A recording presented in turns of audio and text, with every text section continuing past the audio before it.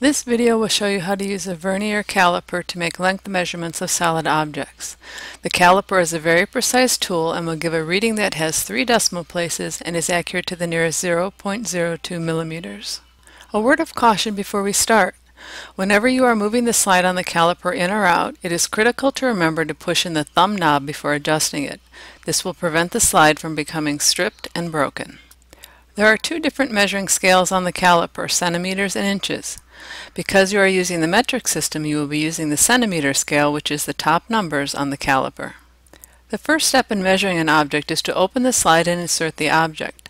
Close the slide around the object until it is firmly held in place. Then gently remove the object from between the joints. To read the measurement, you start with the large numbers on the scale. These numbers represent whole centimeters. The first reading is taken where the 0 on the top metric scale intersects the numbers on the bottom metric scale. You can see that the line under the 0 is between the 2 and the 3. Because we use a smaller number for the measurement, the first digit in our measurement is a 2. There is a decimal point following the 2 because the rest of the measurement is smaller than a centimeter. The second digit in the measurement is also determined using the line under the 0 on the top scale. This time you determine the value of the digit by reading the lines. The line under the 0 falls between the 4th and 5th lines between the 2 and 3 centimeter marks. Each of these lines represents 1/10 of a centimeter. Again, because we use a smaller number for the measurement, the second digit in our measurement is a 4.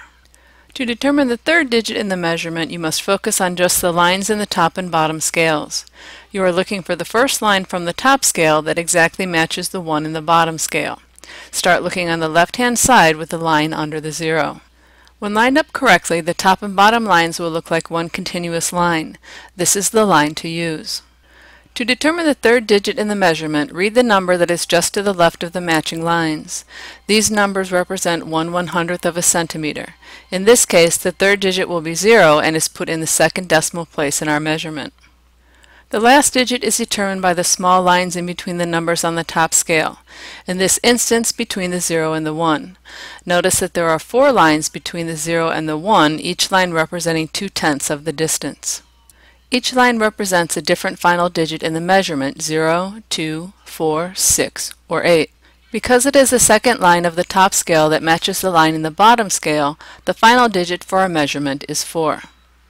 So there you have it. The diameter of a quarter is 2.404 centimeters. Don't forget the units.